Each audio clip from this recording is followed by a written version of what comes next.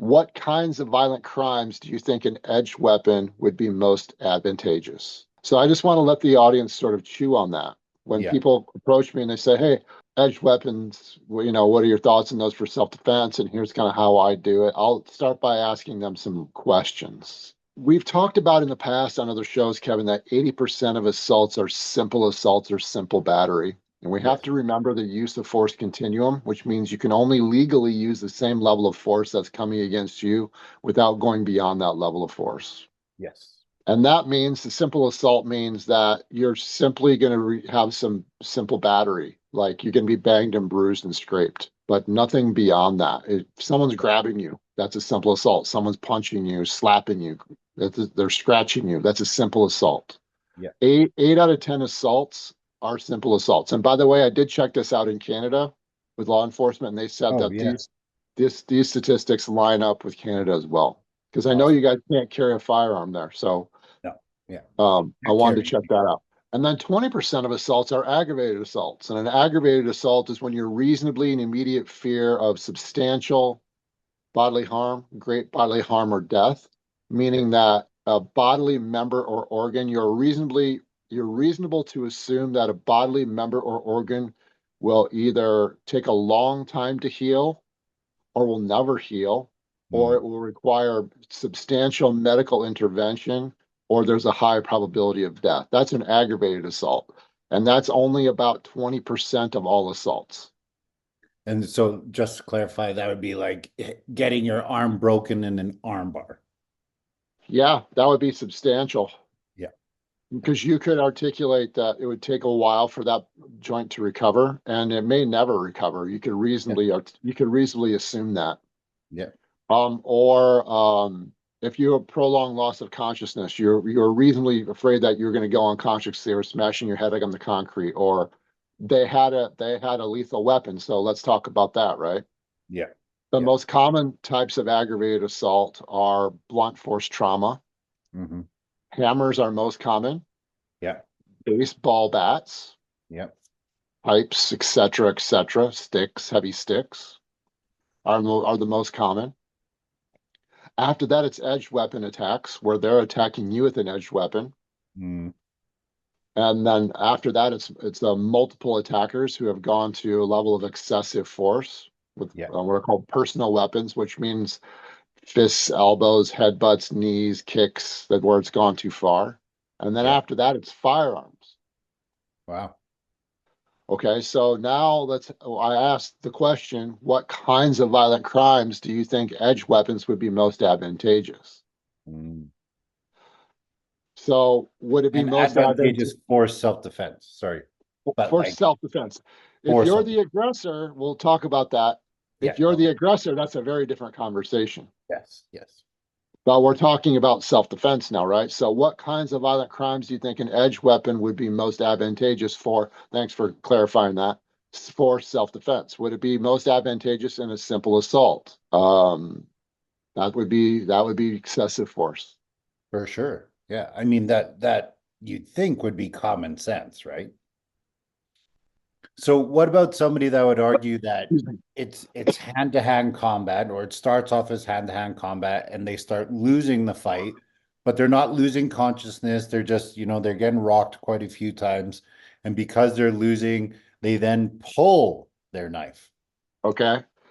So in order to use a force multiplier, a lethal force multiplier like an edged weapon Yeah. or a firearm or something else Yeah. like a blunt force weapon or whatever, in order to use it as a deterrent, you must also reasonably be in immediate fear of death or great bodily harm. Okay. So just to pull it out and wield it, Yeah. or some people call brandishing it. There's different definitions of the word brandish based on what jurisdiction you're in, but I'll just throw that out there. In Yeah. order to pull it out at all, you have to be reasonably in immediate fear of death or great bodily harm or substantial bodily harm. Mm. In the state of Minnesota, and maybe we can talk a little bit more about this case as we go. There's a new law here that we've touched on in the past that says you can't bring out any form of lethal weapon if you have a reasonable means of retreat. You can't even use it as deterrent if you have a reasonable means of retreat. Yeah. Now, I want to break this top part down that I have a little bit more about around the case in Minnesota, just to give people a real life context here. Okay, Perfect. Yeah. there was a Minneapolis resident. By the way, that's where I live. I live just outside of Minneapolis. Okay, IDS is just outside of Minneapolis. Was on a subway, and there's a lot of we don't have a subway. It's called light rail. It's a Okay. train, Yeah. light rail train. And there's a lot of crime on the light rail. And this individual, this is a recent case, carried a machete with him in his pants, in a sheath on the subway to protect himself. Hmm. 3 bad guys were threatening him on the subway. Yeah. I apologize, on the light rail. Yeah. When Yeah. the light rail stops, he gets off and goes over one of those overhang shelters outside of the trains. Yeah. Yeah. And the 3 aggressors of the 3, 2 of them pulled out knives and threatened him. Wow. Okay. One doesn't have a knife. He Yeah. pulls out his machete Yeah. and for 1 minute is holding them off with his machete versus 2 knives As a deterrent. as a deterrent. He doesn't use it. He just uses it as a deterrent. Yeah. The 3 of them leave temporarily. He stays where he's at, and 2 of Yeah. them come back to threaten them, and he continues to hold them off his machete Yeah. until they finally leave. He received a 9-year prison sentence, and he never used Oh, it. He got more time in prison than the 3 aggressors did of the 2 that had knives. wow. Wow. I'm gonna jump ahead here a little bit before I break this down more in depth, but you should know that there is a pattern where prosecutors, judges, and juries show an unfair bias to people who use edged weapons in self-defense, especially if they use them. Mm, It's just the way that it is. There are many documented cases where people were totally justified to use their edge weapon, yeah. and they were given and are serving major prison time. That's so crazy, man. That's so Okay, crazy. so there's that. I want to out of order just a little bit here. Yeah. Kevin knows I don't like to do that. Got freaking out a little bit. Okay, so let's go back. We talked about if it's a simple assault and you use an edge weapon either as a deterrent or use it to defend yourself. Yeah. That would be a totally Unjust. example of excessive force. Yeah. Now let's talk about blunt force trauma and Okay. edge weapons. Okay. 70% of attacks with blunt force trauma and edged weapons, those attacks are ambush attacks where the weapon and it's the launch of the attack are concealed until the last possible moment. Yeah. That means they're just on you Yeah. and they're stabbing and they're hitting. Yeah. And all of a sudden it's there. They want that element of surprise. So my question is, how effective would an edge weapon be during those high probability forms of aggravated assault or attempted murder or murder? Yeah. Yeah. How effective would that be? And Okay. and your weapon isn't drawn or is drawn. No, it's not. It's not drawn. You don't know it's coming. Yeah. Yeah. Ambush. Yeah. Okay. It's an ambush, right? Okay. Okay. Now let's just say you have the luxury of having that unfold slowly while you see a knife in their pants or in their hand or blunt force trauma, and it slowly unfolds. That's a luxury when that happens. It's For sure. rare. Okay.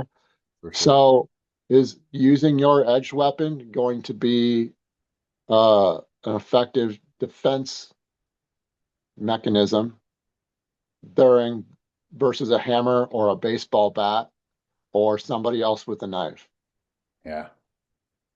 Now, if we go a little bit farther down, it's multiple attackers. Now I've heard people argue, well, versus multiple attackers, that an edged weapon would be, more probable way to defend yourself. And I said, okay.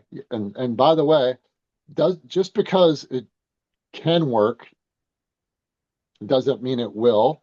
Yeah. I want the audience to hear me here. Yeah. The exception is not the rule. Yes. Yes. And I will talk about some other pros for this too, right? But I just want you to think about this. If those multiple attackers realize that you have an edged weapon, how do you know that they don't also have edged weapons or Yes. force multipliers? Yes. Statistically, they have two. Yeah. I could see that for sure. Okay, so now even if you're just using it as deterrent, now you've escalated. Yes. Even if it's just one person, now let's just talk about, excuse me, that versus a firearm. Let's just say someone has a firearm and they're threatening you and you pull out a knife. Well, that's not too smart. Okay. Yeah. Yeah. Now you escalate, and they have a firearm which is a distance weapon, which is the point. Even though firearms can be very effectively used at all distances. Yeah. That's what my expertise is in. John Wick shit, right?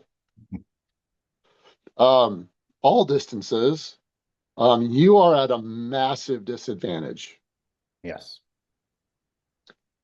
So again, my question, what kinds of violent crimes do you think edged weapons would be most advantageous for self-defense? Well, this is where it becomes hard, right? Because I'm going through all of my Filipino martial arts training. So for those of you guys who don't know, FMA or Filipino martial arts training or is predominantly focused with stick and knife.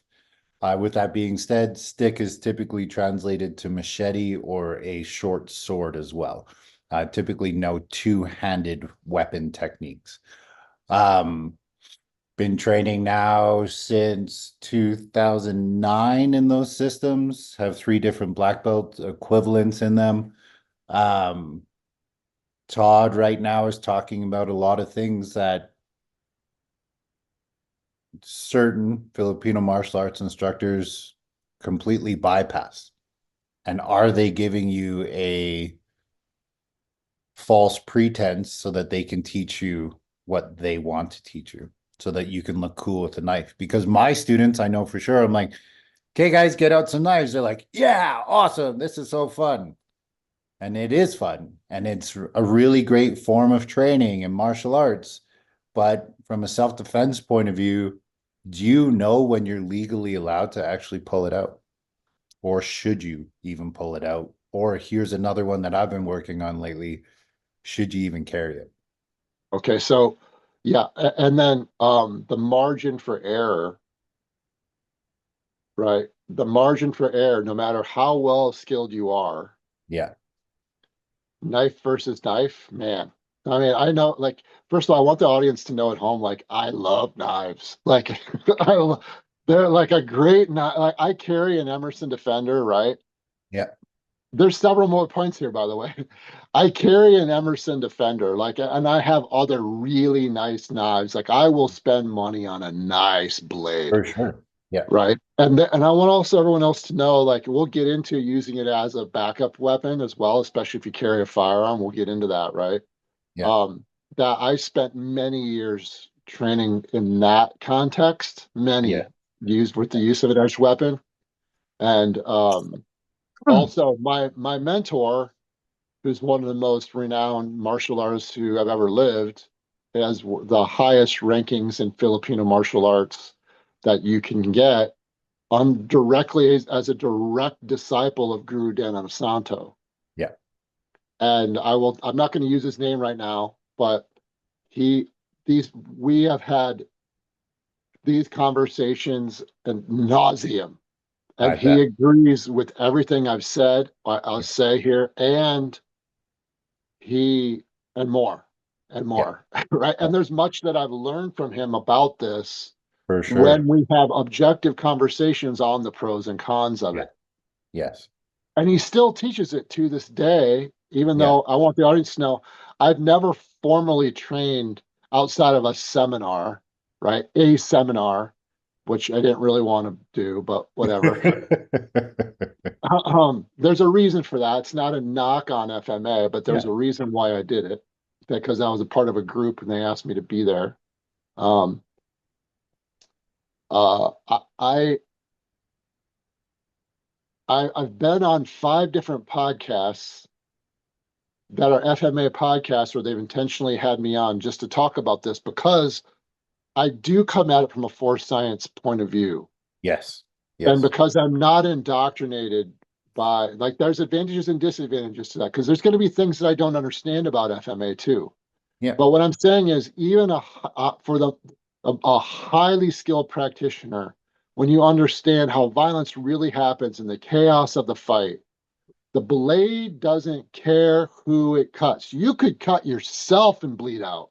Yep. What I was getting at was a super roundabout way of getting at is, like, I own blades that terrify me. Yes. Like, I know if I touch that blade wrong, it's going to cut me in half. Yes. Yes. Right? It terrified me way more than firearms terrify me. There's a lot more that I can do in close proximity to control a firearm. And Yes. by the way, more people survive gunshot wounds than they survive edge weapon attacks, by That's far. sure. That's for sure. So they're far more dangerous. But that Yeah. also means when you're edge weapon versus edge weapon, no matter how skilled you are, one small mistake is it. Could Yeah. be it. Could be. Yeah. Could be it, right? You nick an artery, whew, you nick the wrong artery, you're in big trouble, Yeah. right? And also, like, the margin for error versus an edge weapon versus um a blunt force object. I mean, my God, like, that's brutal, man.